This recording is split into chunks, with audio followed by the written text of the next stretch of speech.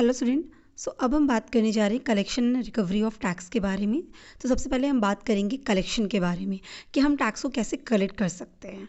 देखिए, income tax act 1961 में ना बहुत सारे प्रोविजंस मेंशंस हैं जहाँ पे बताया गया है कि टाइमली जो टैक्स के अमाउंट्स हैं उसको कलेक्ट कर लेना चाहिए, और इन केस एसएससी डिफ़ॉल्ट करता है तो उससे उस टैक्स के अमाउंट को रिकवर भी करना चाहिए। तो कैसे रिकवर करना चाहिए या असेसिंग ऑफिसर क्या क्या कर सकता है, ये सारी बातें हम यहाँ पे समझेंगे। अगर हम कलेक्शन ऑफ टैक्स के बारे में बात करेंगे तो कई मेथड्स हैं जिनके बेसिस पे टैक्स को कलेक्ट किया जाता है ना। अब ये जितने भी मेथड्स हैं वो आप ऑलरेडी सबको पढ़ चुके हैं, क्लियर है। जैसे कि टीडीएस, टीसीएस, इन सब के बारे में आपको पता है, पर एग्ज़ाम पॉइंट ऑफ व्यू से अगर ये एग्ज़ाम में आएगा तो हमें कैसे मेंशन करना है या क्या लिखना होगा, इन शॉर्ट वो सब चीज़ें हम यहाँ पे देखेंगे। तो पहले बात करेंगे टीडीएस की, टैक्स डिडक्टेड एट सोर्स। ये क्या होता है बेसिकली? देखिए, टीडीएस आप जानते हैं मतलब कि सोर्स जहाँ से पेमेंट करना है ना, जब वहीं पर टैक्स को डिडक्ट किया जाता है तो उसको हम बोलते हैं टीडीएस। इस सिनेरियो में क्या होता है कि जब पेमेंट की जा रही होती है तो पेयर जो होता है पेमेंट करने से पहले ही आपका टैक्स का अमाउंट डिडक्ट कर लेता है, तो उसको हम कहते हैं टैक्स डिडक्ट एट सोर्स। अब ऐसा कब होता है? जब सैलरीज होती है या सिक्योरिटीज़ पे इंटरेस्ट पे किया जा रहा होता है या डिविडेंड पे किया जाता है या कोई प्रोफेशनल टेक्निकल फीस पे की जाती है, तो या रेंट वगैरह रहता है, तो ऐसे सब सिनेरियो में टीडीएस डिडक्ट करके ही पेमेंट की जाती है। ठीक है, तो ये भी एक तरीका है जिसके थ्रू टैक्स अपने आप कलेक्ट हो जाता है। ठीक है, एग्जांपल के लिए अगर हम टीडीएस के बारे में बात करें तो कुछ सेक्शंस हैं, जैसे आप इंटरेस्ट के लिए सेक्शन 194A के अंदर देखते हैं कि कितना अमाउंट टीडीएस का डिडक्ट होना है ना। इसी तरह डिविडेंड के लिए सेक्शन 194 में देखा जाता है, प्रोफेशनल एंड टेक्निकल सर्विसेज के लिए सेक्शन 194J है। तो बहुत सारे सेक्शंस मेंशन है। बेसिकली टीडीएस के बेसिस पे क्या होता है, जो गवर्नमेंट होती है उनको रेगुलर रिवेन्यूज़ होती रहती है ना, क्योंकि टीडीएस कट करके क्या किया जाता है, उसको डिपॉजिट किया जाता है गवर्नमेंट के अकाउंट्स में। बेसिकली जो भी गवर्नमेंट को टीडीएस डिपॉजिट किया गया है वो जिस भी एसएससी से डिडक्ट किया गया होगा ना, उस एसएससी के फॉर्म 26AS के अंदर शो हो जाता है। कहने का मतलब कि अगर आप एसएससी हैं, है ना, आपकी आपको इनकम टैक्स पे करना है और आपका एम्प्लॉयर आपका टीडीएस आपकी सैलरी से डिडक्ट करता है, तो ये कैसे पता चलेगा आपको कि उसने डिडक्ट तो किया, गवर्नमेंट को जमा किया कि नहीं किया, ये कैसे पता चलेगा? ऐसा सिनेरियो में आपका जब 26AS आता है वो जब डाउनलोड करेंगे तो वहाँ पे दिख जाएगा कि आपके अकाउंट से आपको सैलरी पे करते वक्त इतना टीडीएस डिडक्ट किया गया है और वो डिपॉजिट हुआ है। तो जब डिपॉजिट होगा तभी 26AS में रिफ्लेक्ट होता है, क्लियर है। तो इस तरीके से टीडीएस का हम प्रोविजंस देखते हैं। ठीक है, और भी बहुत सारी चीज़ें जो आप टीडीएस के जो सेपरेट वीडियो है वहाँ पे समझ सकते हैं। फिर एक आता हमारा टीसीएस। ये भी एक तरीका है जिसके बेसिस पे टैक्स को कलेक्ट किया जाता है। सेक्शन 206C में इसको एक्सप्लेन किया गया। तो यहाँ पे क्या होता है, कुछ स्पेसिफाइड गुड्स होती हैं जिनको क्या होता है कि सेल करते टाइम ही टैक्स का अमाउंट डिडक्ट कर लिया जाता है। ठीक है, अब ये कौन सी गुड्स होते हैं? बेसिकली जैसे अल्कोहलिक लिकर हो गया या कुछ फॉरेस्ट प्रोडक्शंस जो होती हैं वो चीज़ें हो गई, या हाई वैल्यू मोटर व्हीकल्स हो गया। ये सारी चीज़ों पे क्या होता है, सेल के टाइम पे ही टीसीएस कलेक्ट किया जाता है। ठीक है, अब ये क्या होता है, ये इंश्योर करता है कि भाई ट्रांजेक्शन्स के ड्यूरेशन में ही टैक्स कलेक्ट कर लिया गया। ठीक है, तो ये भी टैक्स कलेक्शन का एक तरीका हो गया। फिर एक तरीका आता है एडवांस टैक्स। ठीक है, आप सभी ने सुना होगा, सेक्शन 207 से 209 के बीच में इसके बारे में डील किया गया है। एडवांस टैक्स बेसिकली क्या होता है, जिन भी टैक्स पेयर्स को मतलब जिन भी एसएससीज को टैक्स पे करना होता है, तो अब एक साथ सारा अमाउंट टैक्स का अमाउंट पे करे, उससे बेटर होता है कि वो जो भी उनकी टैक्स लायबिलिटी बन रही है, जितना भी उनको टैक्स का अमाउंट पे करना है, वो उसको थोड़ा थोड़ा करके पे करें। अब कब कितना पे करना चाहिए ना, वो चीज़ें एडवांस टैक्स की वीडियो में आप देख सकते हैं। वो क्वार्टर वाइज मेंशन कर दिया जाता है कि कितना % तक आपको पे करना है ना, वो चीज़ें वहाँ पे मेंशन होती हैं। बेसिकली एडवांस टैक्स पे किसको करना पड़ता है, तो वो टैक्स पेयर्स जिनकी जो लायबिलिटी होती है, टैक्स का अमाउंट जो पे करना है वो 10,000 से जब एक्सीड कर जाता है तब उनको क्या करना होता है, एडवांस टैक्स पे करना पड़ता है। बेसिकली एडवांस टैक्स क्या, इंस्टॉलमेंट में पेमेंट करना होगा। अब किसी को 2.5 लाख, 3 लाख, 4 लाख, 5 लाख इस तरह का टैक्स पे करना है, अब इकट्ठे मार्च में जब पे करना पड़ेगा 5 लाख, 10 लाख का अमाउंट, तो वो हैवी बर्डन लगता है।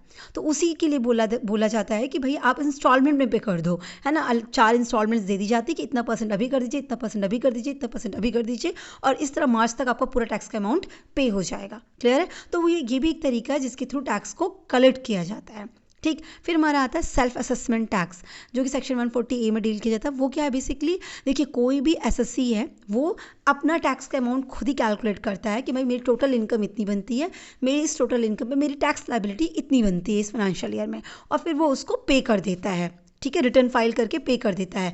एक वैलिड रिटर्न बेसिकली यही कहलाता है, जहाँ पे आपको क्या करना होता है, अपना सेल्फ असेसमेंट करके आपने टैक्स का अमाउंट ITR के थ्रू फाइल कर दिया है। ठीक है, इनकम टैक्स रिटर्न आपने सुना होगा, ITR फाइल कर देते हैं। तो आप इस तरीके से भी टैक्स गवर्नमेंट को डिपॉजिट करते हैं और वो कलेक्ट हो जाता है, क्लियर हो जाता है। तो ये भी कलेक्शन का तरीका हो गया जो नॉर्मली होता है। एक ड्यू डेट्स मेंशन होती है, आपको अपना टैक्स असेस करके सबमिट करना पड़ता है। ठीक है, एक आता है असेसमेंट एंड डिमांड। अब ये क्या हो गया, देखिए यहाँ पे ना यहीं से रिकवरी की कहानियाँ स्टार्ट होती हैं बेसिकली। सो यहाँ पे क्या होता है कि आपने अपना असेसमेंट तो कर दिया, असेसमेंट करके टैक्स सबमिट कर दिया, डिपॉजिट कर दिया, पर जब फर्दर असेसमेंट होती है, एडिशनल असेसमेंट की गई टैक्स डिपार्टमेंट के थ्रू और उन्हें लगता है कि नहीं अभी भी कुछ अमाउंट अनपेड है, ठीक है, तो ऐसे सिचुएशन में वो क्या करती हैं, आपको नोटिस ऑफ डिमांड इशू कर देती हैं कि भाई आपकी स्क्रूटनी की गई या आपका असेसमेंट किया गया, फर्दर असेसमेंट किया गया और ये देखा गया कि आपने टैक्स का अमाउंट कम डिपॉजिट किया है, आप पे टैक्स लायबिलिटी और ज़्यादा बनती है, तो आपको 30 दिनों के अंदर ये टैक्स का अमाउंट पे करना है।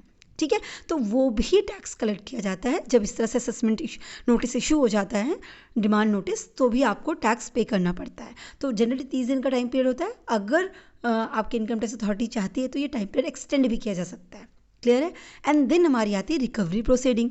इसका मतलब क्या हो गया, अगर आपको ये असेसमेंट नोटिस इशू कर दिया गया, डिमांड नोटिस इशू कर दिया गया, आपको टाइम पीरियड अलॉट कर दिया गया, स्टिल आपने पेमेंट नहीं किया है, आप डिफ़ॉल्ट कर जाते हैं, तब assessing officer recovery proceeding initiate करता है। क्लियर हो गया। तो कलेक्शन ऑफ टैक्स एक अलग चीज़ हो गई और रिकवरी ऑफ टैक्स एक अलग चीज़ हो गई। कलेक्शन ऑफ टैक्स की कलेक्ट करना नॉर्मली सबसे महंगा, अब रिकवरी की जो चीज़ आपको देनी थी आपने पे नहीं करी है, हम आपसे रिकवर कर रहे हैं, आपसे ले रहे हैं, ज़बरदस्ती ले रहे हैं, वो रिकवरी ऑफ टैक्स हो गया। क्लियर हो गया। सो कलेक्शन ऑफ टैक्स तो इन चीज़ों की तरह टैक्स कलेक्ट होते हैं।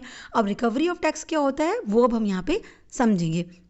So basically income tax act कहता है कि जो डिफ़ॉल्ट एसएससी होते हैं ना, उनका रिकवरी की जाती है, उनके टैक्स की रिकवरी की जाती है, किसके थ्रू, टैक्स रिकवरी ऑफिसर के थ्रू, जो कि असेसिंग ऑफिसर ने जो सर्टिफिकेट इशू किया होगा, रिकवरी सर्टिफिकेट, उसके बेसिस पे टीआरओ जो होता है टैक्स रिकवरी ऑफिसर, वो डिफ़ॉल्ट एसएससी की टैक्स की रिकवरी करता है। ठीक है, अब ऐसा कब होता है, जब देखिए टैक्स आपको जो पे करना था आपने पे नहीं किया, तो टीआरओ के पास बहुत सारे मेथड्स हैं, बहुत सारे ऑप्शंस अवेलेबल होते हैं जिनके बेसिस पे वो अमाउंट को, उस टैक्स के अमाउंट को रिकवर करता है। ठीक है, ये जो मेथड्स हैं वो किस तरह से रिकवरी कर सकता है, ये सेक्शन 222, 226 एंड 226 मतलब और शेड्यूल सेकंड में मेंशन किए गए हैं इस एक्ट के। ठीक है, अब इसमें ना बहुत सारे स्टेप्स इंक्लूड्स हैं जिनके बेसिस पे बहुत सारे मोड्स ऑफ रिकवरी इंक्लूडेड हैं जो हम आगे समझेंगे। ठीक है, तो चलिए स्टार्ट करते हैं। रिकवरी ऑफ टैक्स बेसिकली कैसे होता है, सबसे पहले इनिशिएशन की बात करते हैं कि इनिशियल स्टेप्स कैसे हैं, रिकवरी ऑफ टैक्स के बारे में पहुंचते कैसे हैं। तो देखिए 3 मेन चीज़ होती है। जब आपकी नोटिस ऑफ डिमांड इशू हो जाती है अंडर सेक्शन 156 कि भाई आपका स्क्रूटनी हुआ और ये पता चला कि आपने जितना टैक्स डिपॉजिट किया है वो टैक्स का अमाउंट सही नहीं है, आप के ऊपर और टैक्स लायबिलिटी बनती है, आपको एडिशनल टैक्स का अमाउंट पे करना है, ऐसा notice of demand under section 156 issue किया जाता है। ठीक, फिर आपको ना पेमेंट पीरियड अलॉट किया जाता है अंडर सेक्शन 220 सब सेक्शन 1 के अंदर, जिसको जनरली 30 डेज़ का पीरियड कहते हैं कि भाई आप जो है इस 30 दिन के अंदर अपना जो फर्दर आपसे डिमांड की गई है उसको पे कर दीजिए, और अगर अब आप पे नहीं करते तब आप बन जाते deemed defaulter under section 220 sub section 4। और फिर डीम्ड डिफ़ॉल्टर से क्या होती है, रिकवरी ऑफ टैक्स होती है। तो कहने का मतलब जब असेसमेंट कंप्लीट हो जाता है, सेल्फ असेसमेंट हो जाता है, आपने टैक्स डिपॉजिट कर दिया, अब जब एडिशनल असेसमेंट की गई, स्क्रूटनी की गई, फर्दर असेसमेंट की गई और ये देखा गया कि आपने टैक्स लायबिलिटी आप पे जो बनी थी आपने पे नहीं की है, ठीक है, आपको नोटिस इशू किया गया, 30 दिन का टाइम दिया गया नोटिस रिसीव करने के बाद, और आपको बोला गया कि भाई आप ये पेमेंट करो, और आप पेमेंट नहीं करते हैं, तब आप क्या कंसिडर किए जाएंगे, डिफ़ॉल्टर। ठीक है, एंड देन आपसे रिकवरी ऑफ टैक्स होगा। तो रिकवरी ऑफ टैक्स से पहले एक सर्टिफिकेट इशू किया जाता है जिसको कहते हैं रिकवरी सर्टिफिकेट। ठीक है, अब रिकवरी सर्टिफिकेट बेसिकली क्या होता है, ये एक स्टेटमेंट होता है। ठीक है, एक स्टेटमेंट जिसको टीआरओ साइन करता है, फॉर्म नंबर 57 के अंदर वो स्पेसिफाई किया जाता है कि कितना जो एसएससी है जो डिफ़ॉल्ट किया है उसका कितना एरियर बचा हुआ है, कितना बकाया है, कितना उसको एडिशनल टैक्स पे करना था जो वो डिफ़ॉल्ट कर गया, जो with in a time limit उसने पेमेंट नहीं किया है। ये चीज़ जो है वो ड्यू अमाउंट मेंशन किया जाता है इस फॉर्म नंबर पे, और उसमें वो स्टेटमेंट मेंशन करके सिग्नेचर की जाती है टीआरओ की, वही बन जाता है रिकवरी सर्टिफिकेट या सर्टिफिकेट ऑफ रिकवरी टैक्स। ठीक है, तो टीआरओ क्या करेगा, ये साइंड सर्टिफिकेट जिसमें टैक्स एरियर का अमाउंट मेंशन होता है वो इशू कर देता है, और उसी के बेसिस पे क्या स्टार्ट होती है, मोड्स ऑफ रिकवरी। हम आपका टैक्स रिकवर करेंगे। अब कैसे रिकवर करेंगे, क्या क्या मोड्स हो सकते हैं वो हम यहाँ पे समझेंगे। क्लियर है? सो टैक्स को रिकवर करने के कई मोड्स अवेलेबल हैं। ठीक है, जो अलग अलग सेक्शन जैसे मैंने कहा ना 222, 222, 226 और सेकंड शेड्यूल में मेंशन किए गए। तो टीआरओ ना बेसिकली 3 इंपॉर्टेंट चीज़ें स्टेप्स लेते हैं। ठीक है, वो कौन कौन से हो गए? पहला होता है कि attachment and sale of property. तो यहाँ पे क्या करते हैं, टीआरओ के पास पावर हो जाती है कि वो डिफ़ॉल्टर्स की चाहे मूवेबल प्रॉपर्टीज़ हो चाहे इमूवेबल प्रॉपर्टीज़ हो, मतलब मूवेबल मतलब जैसे कार वगैरह हो गई, इमूवेबल मतलब बिल्डिंग हो गई, लैंड हो गई, ये सारी चीज़ें हो गई। तो चाहे मूवेबल प्रॉपर्टी हो या इमूवेबल प्रॉपर्टी, उसको वो सीज कर सकता है और उसको सेल भी कर सकता है, और सेल करके अपना अमाउंट रिकवर कर लेगा टैक्स का। ठीक है, एक तो ये हो गया। या वो रिसीवर अपॉइंट कर सकते हैं, मतलब क्या हो गया कि अगर जो डिफ़ॉल्टर है उसका कोई बिजनेस वगैरह है तो रिसीवर अपॉइंट किया जाता है, रिसीवर उस बिज़नेस को मैनेज करेगा और अपना टैक्स का अमाउंट उस बिज़नेस से रिकवर कर लेगा। ठीक है, तो ये भी एक तरीका होता है टैक्स को रिकवर करने का। या फिर अरेस्ट एंड डिटेंशन, ये कुछ केसेस ऐसे आते हैं जहाँ पे टीआरओ क्या कर देता है, अरेस्ट वारंट इशू कर दिया जाता है डिफ़ॉल्टर के अगेंस्ट, उनको डिटेंशन कर दिया जाता है, मतलब वो कहीं बाहर नहीं जा सकते। अब मान लीजिए सिटी छोड़ के बाहर नहीं जा सकते हैं, इस एरिया को छोड़ के बाहर नहीं जा सकते, इस तरीके से उनको डिटेन किया जाता है। तो इस तरीके से जेल में भी भेजा जाता है, अरेस्ट कर दिया जाता है, जेल में भेज दिया जाता है। तो ये भी एक तरीका है जिसके बेसिस पे उनसे टैक्स की रिकवरी की जाती है। हालांकि इस केस में मैं आपको बता दूं कि अगर कोई माइनर है या अनसाउंड माइंड का कोई इंडिविजुअल है या वुमेन है, वो इस प्रोविज़न से एग्जम्प्ट होती है, मतलब उनको टीआरओ उनको जो है इस तरीके से प्रिजन में नहीं भेज सकता है या अरेस्ट या डिटेन नहीं कर सकता है। क्लियर हो गया? तो ये सारी पावर टीआरओ को मिली हुई है, ये चीज़ें आप ध्यान रखिएगा। ठीक है, अब ये सब चीज़ें ना सेकंड शेड्यूल के अंदर ही मेंशन कर दी गई है। ठीक, पर इन सब के अलावा भी कुछ अदर मोड्स ऑफ रिकवरी भी हैं टैक्स के, जैसे क्या, डिडक्शन फ्रॉम अ सैलरी। मतलब क्या हो गया, यहाँ पे जो असेसिंग ऑफिसर है या टैक्स रिकवरी ऑफिसर जिसको टीआरओ कहते हैं, वो क्या कर सकता है, एम्प्लॉयर को डायरेक्टली बोल सकता है कि भाई ये पर्टिकुलर एसएससी की जो सैलरी है वो आप गवर्नमेंट को डिपॉजिट करेंगे, इनकम टैक्स डिपार्टमेंट को डिपॉजिट करेंगे, क्योंकि इसका इतना अमाउंट ड्यू है तो इसकी सैलरी इसके अकाउंट में क्रेडिट नहीं होनी चाहिए, वो हमें मिलनी चाहिए। तो एक तो ये तरीका भी होता है। दूसरा, रिकवरी फ्रॉम थर्ड पार्टीज या गार्निशिंग प्रोसीडिंग्स कहते हैं। सो यहाँ पे क्या होता है, असेसिंग ऑफिसर या टीआरओ क्या कर देते हैं, एक नोटिस इशू कर देते हैं थर्ड पार्टीज़ को कि भाई ये एसएससी डिफ़ॉल्टर है और जो भी पेंडिंग्स थी, जो ड्यू अमाउंट्स आपको इन डिफ़ॉल्टर को देना था, वो ड्यू अमाउंट्स आप डिफ़ॉल्टर को नहीं देंगे, आप हमें पे करेंगे। ठीक है, इस तरीके से वो रिकवरी कर लेते हैं। तो यहाँ पे जो बैंक है, एम्प्लॉयर है, डेटर्स हैं, इन सबको डायरेक्टली ये ऑर्डर इशू हो जाता है, कोर्ट के थ्रू ये ऑर्डर होता है। इसी को गार्निशी ऑर्डर कहते हैं बेसिकली। गार्निशी प्रोसीडिंग्स क्या है, गार्निशी ऑर्डर्स है। यहाँ पे जैसे ना गार्निशी ऑर्डर कोर्ट के थ्रू ले लिया जाता है और फिर ना बैंक वगैरह को जैसे गार्निशी ऑर्डर जैसे रिसीव हो जाएगा तो अकाउंट्स बिल्कुल फ्रीज हो जाएंगे।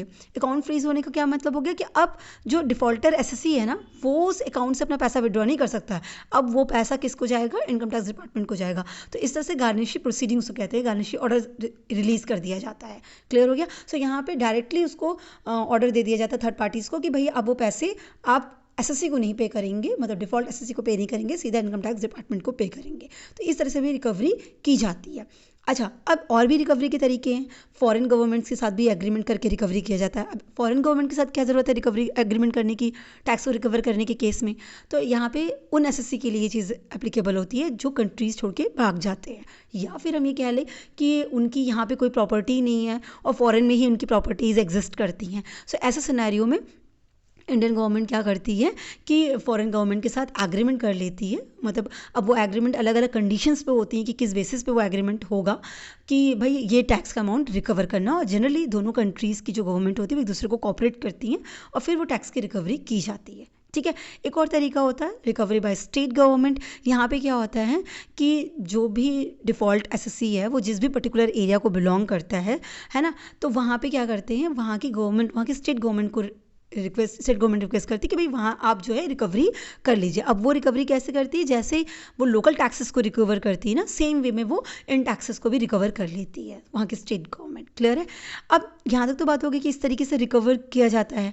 पर अगर मान लीजिए कोई पेनाल्टीज़ है, कोई फ़ाइन है, कोई इंटरेस्ट है या कोई और अदर सम है जो ड्यू है, वो कैसे रिकवर होगा। तो देखिए कोई भी सम हो, चाहे वो पेनाल्टीज़ के रूप में है, एसएससी के ऊपर कोई इंटरेस्ट चार्ज किया गया है इनकम टैक्स एक्ट के अंदर, या कोई फ़ाइन इनकम टैक्स एक्ट के अंदर उस पर लगाई गई है, कोई भी सम ड्यू है अंडर इनकम टैक्स एक्ट, तो उसकी भी रिकवरी सेम वे में होगी जैसे आप टैक्स एरियर की रिकवरी देख रहे थे। मतलब जो भी मेथड हमने अभी तक डील किया ना, उन्हीं मेथड के थ्रू आप इन सारे अमाउंट्स को भी रिकवर करेंगे। जैसे मैं इंटरेस्ट की अगर बात करूं, तो अगर लेट पेमेंट की जाती है तो उस पर पेनाल्टी चार्ज कर दी जाती है और उसका 1% पर मंथ के हिसाब से वो चार्ज की जाती है। जितना भी अमाउंट है उसका 1% इंटरेस्ट चार्ज कर दिया जाएगा आपका, तो वो इंटरेस्ट का अमाउंट बढ़ता चला जाता है। तो इस तरह से भी चीज़ें होती हैं। यहाँ तक बात क्लियर हो गई। अच्छा, एक चीज़ और आती है स्टे ऑफ प्रोसीडिंग में। मैं आपको बता दूं कि टीआरओ कई बार क्या होता है, एसएससी को ना एक्स्ट्रा टाइम पीरियड ग्रांट कर देता है कि भाई ठीक है, हम आप ये जो रिकवरी प्रोसीडिंग है ना, इसको स्टे पे रख देते हैं, रोक देते हैं, और आपको हम एक्स्ट्रा टाइम दे रहे हैं कि आप हमें रीपे कर दीजिए। हम ये रिकवरी के जो मैथड्स, कोई भी मेथड जो अप्लाई कर रहा हो टीआरओ, वो नहीं अप्लाई करेगा, वो तब तक उस टाइम पीरियड तक अप्लाई नहीं करेगा जब तक वो टाइम पीरियड जितना आपको उसने ग्रांट किया हुआ है वो एक्सपायर ना कर जाए। टिल देन वो क्या करेगा, आपका वेट करता है कि आप खुद ही पे कर दो। अगर नहीं किया फिर वो अपनी प्रोसीडिंग स्टार्ट कर देगा अगेन। तो स्टे ऑर्डर, जैसे सुना हो ना स्टे ऑर्डर लग जाना, तो स्टे दे देता है अपनी प्रोसीडिंग्स के रिगार्डिंग। अच्छा, ये तो बात समझ में आ गई। क्या एसएससी के पास कोई चीज़ होती है? यस, एसएससी के पास अपील के चांसेस होते हैं। तो एसएससी टीआरओ ने जो भी ऑर्डर्स रिकवरी के रिगार्डिंग दे रखे हैं उसके अगेंस्ट वो अपील दायर कर सकता है अपीलेट अथॉरिटीज़ के पास कि भाई ये चीज़ें गड़बड़ है या ये नहीं सही है या मुझे और टाइम चाहिए, जो कुछ भी है, तो वो अपील कर सकता है। तो ये सारी चीज़ें, ये जो स्टे ऑफ प्रोसीडिंग और अपील है वो मैंने एडिशनली आपको बता दिया। पर ये बाकी जो है रिकवरी के मोड्स थे और इस तरीके से टैक्स को कलेक्ट किया जाता है और रिकवर किया जाता है। आई होप आपको क्लियर हुआ होगा। Wish you all the best. Thank you so much.